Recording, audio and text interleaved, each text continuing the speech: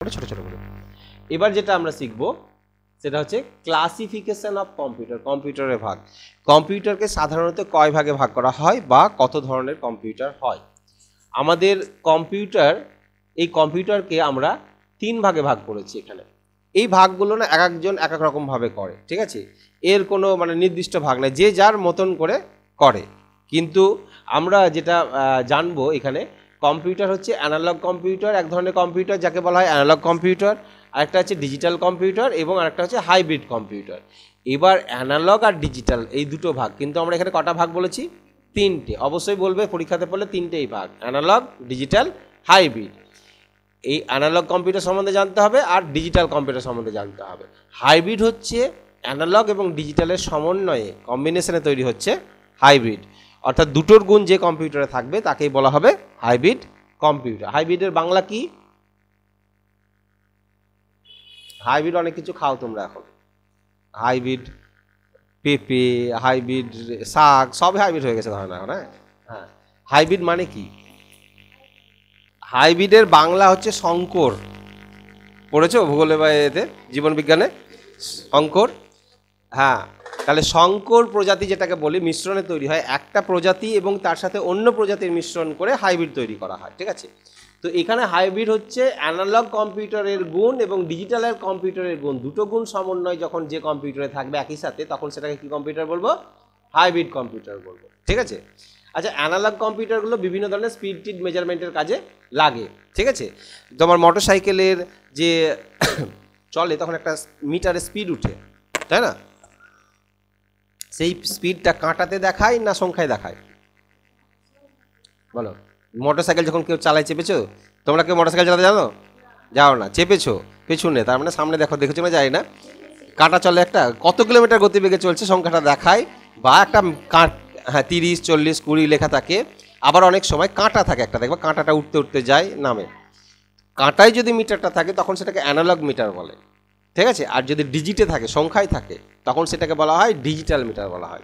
অ্যানালগটাও এরকম কাঁটা দিয়ে আপ ডাউন করে, তরঙ্গের মতন যাওয়া আসা করে, মানে একটু সহজে তোমাদেরকে বলছি। এই ধরনের কম্পিউটারের কাজ বা যেখানে কাজ হয় সেগুলোকে অ্যানালগ কম্পিউটার বলা হয়, ঠিক আছে? স্পিড টিড মেজারমেন্টের ক্ষেত্রে বেশি কাজে লাগে অ্যানালগ কম্পিউটার। আর ডিজিটাল কম্পিউটার হচ্ছে ডিজিট। এই যে ঘড়ি, ঘড়িতে যে ঘড়িটা তোমরা দেখো দেওয়াল ঘড়ি, অ্যানালগ ঘড়ি না ডিজিটাল ঘড়ি বলো দেখি? কেন? যেটা যেটা কাঁটায় চলে সেটা অ্যানালগ ঘড়ি, আর যেটা সংখ্যায় দেখতে পাবে ঘড়ি সেটা হবে ডিজিটাল ঘড়ি। ডিজিট মানে হচ্ছে সংখ্যা। স্টেশনে যেমন থাকে না ডিজিটাল ঘড়ি, আমরা বাড়িতেও ডিজিটাল ঘড়ি লাগাই।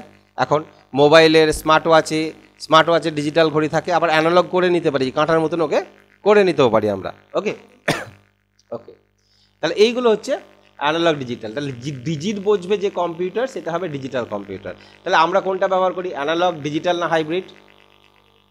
না, আমরা ডিজিটাল কম্পিউটার ব্যবহার করি। আমরা যে কম্পিউটার ব্যবহার করি সেটা হচ্ছে ডিজিটাল কম্পিউটার। এই ডিজিটাল কম্পিউটারের 4টে ভাগ আছে, 4টে ভাগে ভাগ করেছি। কি কি? Micro, mini, mainframe, super. Micro computer থেকে একটু ক্ষমতাশালী কম্পিউটার হচ্ছে মিনি কম্পিউটার, কিন্তু মিনিটা নাম দেওয়া হয়েছে মিনি। মিনি কম্পিউটার কিন্তু একটু আকারে ছোট, মানে গঠনগতভাবে ছোট হতে পারে, ল্যাপটপ টাইপের বা পাম্পটপ টাইপের, হাতে নিয়ে কাজ করা, এই সমস্ত জিনিসগুলোকে মিনির মধ্যে ফেলা হয়েছে।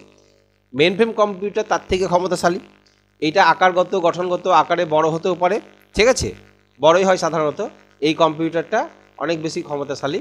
সব থেকে ক্ষমতাশালী কম্পিউটারের নাম হচ্ছে সুপার কম্পিউটার, এবং ভারতের তৈরি প্রথম সুপার কম্পিউটারের নাম হচ্ছে পরম।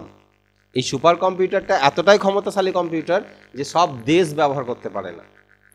আমরা সাধারণ মানুষেরা, কমন পিপলরা যে কম্পিউটারগুলো ব্যবহার করি সেগুলো হচ্ছে মাইক্রো কম্পিউটার, ঠিক আছে? ডিজিটালের মধ্যে মাইক্রো কম্পিউটারটা এবং মিনি কম্পিউটার, মেইনফ্রেম কম্পিউটার এগুলো বেশি ব্যবহার করি। সুপার কম্পিউটার কারা ব্যবহার করে? সায়েন্টিস্টরা, ঠিক আছে?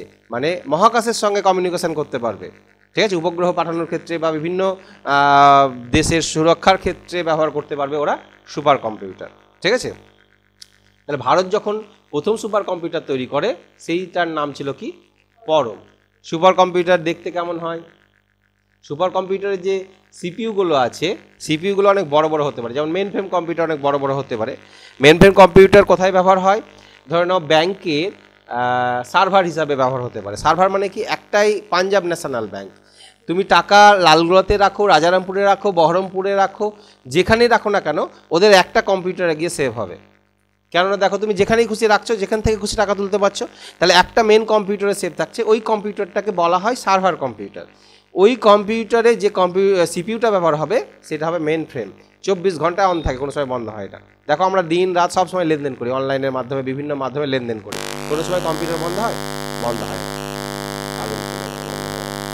ঠিক আছে, তাহলে আমরা যদি গুগলে সার্চ করি যে সুপার কম্পিউটার দেবো, সুপার সার্চ করা তো হবে, নেট চলে যাবে।